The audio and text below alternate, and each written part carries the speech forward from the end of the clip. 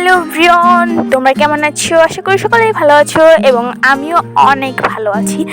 আজকে আমরা তৈরি করবো একটি চুড়ি, যার জন্য আমি একটি বড় চুড়িতে প্রথমে একটি নীল কালারের সুতা ভালো মতন পেঁচিয়ে নিয়েছি। তারপরে গ্লু দিয়ে আমি যে আয়নার মতন যে স্টোনগুলো আছে ওগুলোকে ভালো মতন সব জায়গা দিয়ে দিচ্ছি গোল করে। আর ফাইনাল রেজাল্টটা দেখার জন্য তোমরা কিন্তু একটু অপেক্ষা করো।